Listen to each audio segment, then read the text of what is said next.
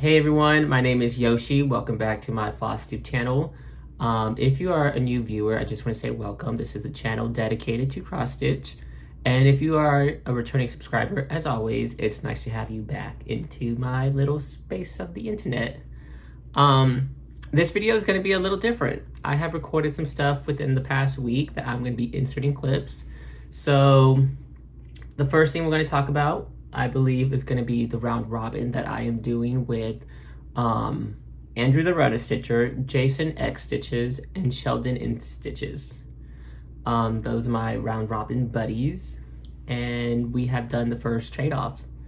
So I received Sheldon's piece, and my piece was sent to Jason. So I'm going to insert the clip of my piece that I sent over to Jason because I just want to talk about the overcast stitch that I did. This is something new that I was learning, and I'll let the video speak for itself. Alright guys, this video is a little impromptu, but I need to make this because I am going to be mailing my round robin in a few minutes to Jason. This is where it's going to next. But before I sent it out, I wanted to do the overcast stitch on my edges of my project because it is going to other people. And normally, if it was just me, I would not care about these frayed edges. I would be like, it's whatever, I don't care, I can deal with it. But because it is going to 3 other people, others being Jason, Sheldon, and Andrew, I don't want them to have to deal with my frayed edges, so I have decided to do the overcast stitch. Never again will I do this by hand. I will do it by a machine going forward. But like I said, it doesn't bother me. I can deal with the frayed edges. I have enough space. I have about 3 inches, maybe a little, like 4. And yeah. So yeah, this is my round robin. It'll be heading to Jason next. So I can't wait to see the progress that he makes on this section. And yeah. All right, so the next part of the round robin that I want to talk about is Sheldon's project that I have received. It's called Teaberry Tiles by Ink Circles, and he is using a 32 count linen in biscuit by the Roxy Floss Co. So that's the fabric. I'm going to show you Sheldon's stitches, but before I get into that, well, you know what, I can do that now. I haven't folded because I'm not showing my part yet, but I will in a little bit. This is what Sheldon has stitched. And what's going to happen is each one of us will be stitching something pretty similar. The only difference is we're going to be choosing our own floss colors that Sheldon has provided for the vines of the Teaberry tiles. Tea vines, tea leaves, whatever. So that's going to be the difference. And also the symbol in the middle. We're going to create our own. And I don't quite know what I'm going to put yet. I have some ideas. I still want to brainstorm, but my current ideas for mine is maybe an egg for Yoshi. But then I'm like, you know what? That's too common. And then I also thought of a crown because I really love the UK. That's one of my favorite spots to visit. And also thought like, oh, maybe something Taylor Swift related. But, you know, that's Taylor. That's not me. I'm a fan of her work, but I want something a little different. So I'm going to keep brainstorming. And I still have a whole lot of time to think about this. So, but yeah, this is Sheldon's piece right there. That's a close-up. And yeah, for mine, out of the floss that he has provided, I decided to use. So I'm excited to announce, because Sheldon doesn't know what I'm doing, I have decided to use Deep Woods by Roxy Floss Co. and Sea Salt. So these are the 2 colors I am going to be using for my vines, my leaves, whatever those are. And so let me give y'all a little floss toss. Yeah, and there's a little sneak peek. But yeah, those are going to be my colors. The berries will stay the same. It's going to be the same red color that Sheldon has provided us with. But yeah. And before I even received it, I knew I wanted to go with a dark color. But when I saw the other flosses that were provided, I'm like, oh, I want to do the darkest color and the lightest color. So that's what I did. And this is my section that I have currently. So my section is this portion right here. There's a little close-up. I don't know if y'all can tell the difference. I think so. I can't really see what y'all are seeing, but yeah. But yeah, I think it looks really good. I'm about 1/6 of the way done with my section. So I got a few more to do. It's not too heavy of a piece compared to like the project I did, which they're all gonna hate me for it once they receive it. But I feel like once you finish my round robin piece, you're gonna be like, okay, I climbed that mountain. Everything is a breeze from here. But yeah, this is Sheldon's. So it's gonna look really good because Sheldon, me, I think it's gonna go to Jason. I don't know who's going to next, but either Jason or Andrew would do this section and then the other person would do this one. So it's gonna be one big square. But yeah, that is Teaberry tiles. All right, so I'm gonna insert another clip. I might be repeating some of the things I said in the video, I don't recall, but I am also doing a football piece for this football season. And I am from Houston, and the team that I support is the Texans. And it's kind of funny because I had this idea. I did not know that there was a whole event called Gridiron, and I think it's a full coverage Fanatics game. I don't know, or if they integrated it, something like that. Because I messaged Jen, the Caffeinated Crafter. I started watching her latest video, and I was like, oh, let me tell Jen to do this.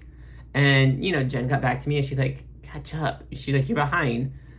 And then I'm like, I watched the video, and I'm like, oh, she did talk about having a football piece for her son's game, because I was like, hey, you know, you could do this. It could be your son's team. And sure enough, she talked about it in her video. I just didn't finish it yet. And, yeah. But I got my idea, which I don't know where she got it from, but I got my idea from Shay in the Sloppy Stitching Sisters, because in an old video, she talked about having a football piece, and I was like, okay, come football season, I want to have a piece dedicated to my team. So I talked to her, and she was like, oh yeah, I do 10 stitches per point.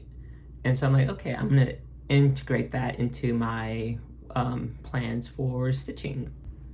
All right, guys, so I'm making this video because it's late and I want to start stitching on my new project. And this project that I am doing is specifically for the football season, and specifically for the Texans, which are my team, because I'm from Houston. That's a team I root and support for.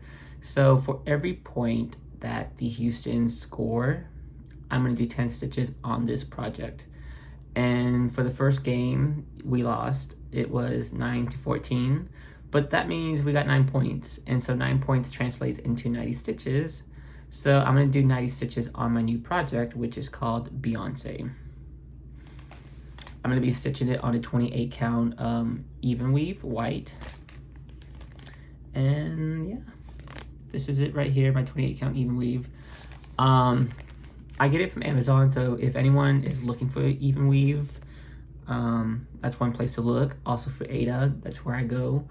But yeah, it's going to be interesting to see how many points we score for the whole season.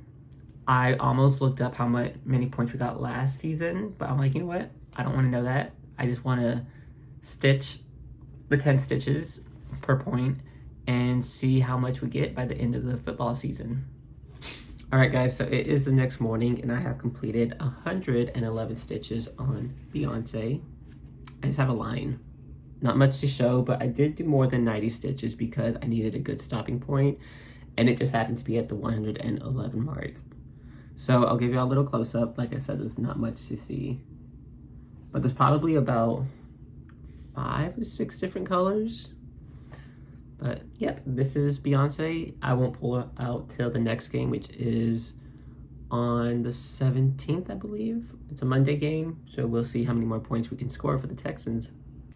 All right, so continuing with the whips, if you saw last video, you would know that I set a goal for each project.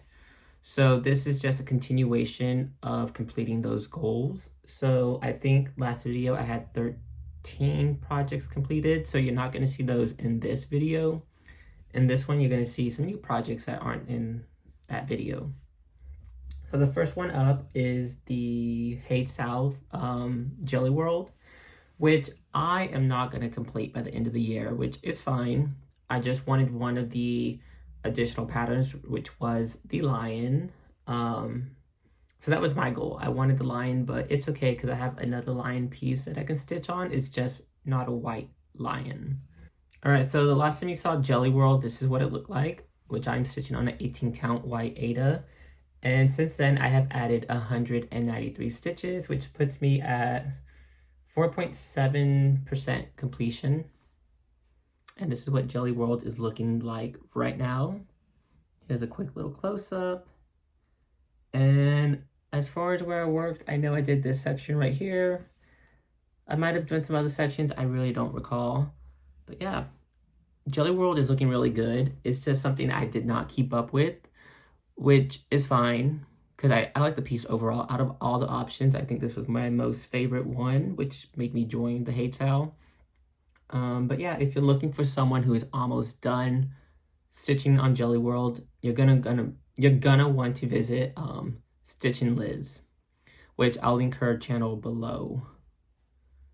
But yeah, this is Jelly World. And in order to get like the 6-page completion, I think I'm around 9% complete. But I'm not going to get it done within 3 months. So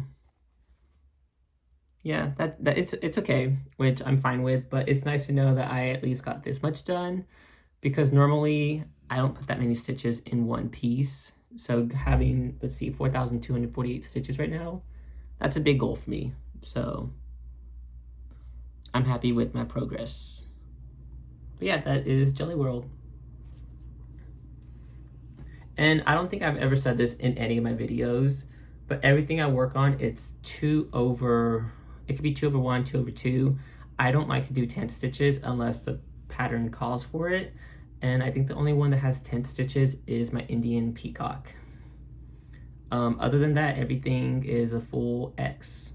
All right, so my next project is from Geckoo Rouge. It's one of the largest projects that I know of, and it'll probably be the largest project I ever have on this channel.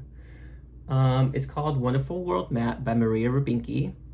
And since you have last seen it, I have only added 126 stitches. So real quick, this is what it looked like before. And this is what it's looking like now. So I'm gonna give y'all a little close up. I know I have worked on this area right here, the yellow section. And I think I did a row below and this gray little thing right there. For my guess, this is a hot air balloon. And I think this might be another one. I don't know, but for me, the fun in this is finding out what the objects are. So because the objects are on a whole lot smaller scale compared to my other projects, I could kind of find out what things are quicker. Whereas if I was working at King George, let's just say there was a hot air balloon, it would be massive. And so I would slowly stitch and discover what it is, but because it's on a smaller scale, for Wonderful World Map, it's just fun finding out what things are. I believe this is cloud, sky. But yeah, that is Wonderful World Map. And there are about 2.4 million stitches in it. And I'm nowhere close to that. I am just almost 5% into 1%. And this is again 1,151 stitches. So if you're looking for a lifelong project, or you're looking to follow someone who's working on a lifelong project, welcome to my channel. All right, so my next project is by Lola, the Deadly Aquarium Sal. I've made a lot of progress on this since you guys have last seen it. Let's see. Well, real quick, this is what it looked like before. And I'm stitching this, I believe, on a 36 count called Boxing Day. And I am happy to say that I have almost completed all of section 1, which is the frame. But yeah, this is what mine is looking like now. So here's a close-up. You might lose some of the colors, you might not, we'll see. And since you have last seen it, it looks amazing, by the way. I have added the ocean floor, this plant. I think the pillars are new, the back pillars, which one thing I did, it wasn't planned for, it just happened to be so. I'm doing a gold conversion, by the way, for anyone who is not aware. But the pillars on the original are darker while the back pillars are lighter. I knew mine were going to be gold. I was trying to go for a lighter color. It just so happened to be that I liked the darker version better. So in case y'all aren't aware, look at that back pillar, this little brown section right there. And I also got to do some back stitching on this. So I added the beaks to my seagulls. There's some back stitching on their bodies, the back stitching around the sign, back stitch. Look at those goals. This one has a beak now. All I have to do left in order to complete the first section is put in the back stitch for the Deadly Aquarium, the part around the bones, and I think there's some back stitching somewhere on this bird, but I did complete the section underneath his feet. So I think that's all I have left, and then we could jump to the next part. And hopefully the next parts go a whole lot quicker. It's less stitching, but this is so far, let's see, 6,081 stitches. I do know I completed all the stitching. Again, like I said, it's just the back stitching I need to complete. So yeah, this is the Deadly Aquarium cell. All right, so my next project is Nightingale by Mirabilia. Real quick, this is what she looked like before. And since you have last seen her, I have added 107 stitches. So this is what she is looking like now. This is Nightingale, and sorry for the fold line. Here's a close-up. And for the fabric, I'm stitching this on Geckoo, which is a 33 count. And it's from Jackson Fabric Arts. So yeah, this is what she's looking like now. I'm using all the colored forward floss. The only parts I plan to change is the lantern that she's holding. I don't quite know what I'm gonna do when I get there, but that's still a ways to go. But I do know I want to try to have her lantern looking like it's on, like, you know, there's a candle, like it's flickering, because I imagine her just walking through the hallways at night, checking on her patients, putting in the long hours into what is her passion, nursing. So yeah, this is what it looks like. And with this piece, I'm not trying to complete it anytime soon. I'm not trying to reach a goal. For me, I have another Mirabilia project that I need to finish, and with this one, I'm just slowly putting the stitches in. But yeah, this is Nightingale. All right, so my next project is my Long Dog Sampler. This one is a restart. So the last time you saw it, I had this part stitched. And real quick, I'm stitching this on a 32 count called Red Rose by number 12 Stitch Co. This is a part I had, and I remember asking you guys, I'm like, hey, what does JEL stand for? And I learned that it was the designer's initials. So because of that, I kind of lost my passion to work on this, I would say.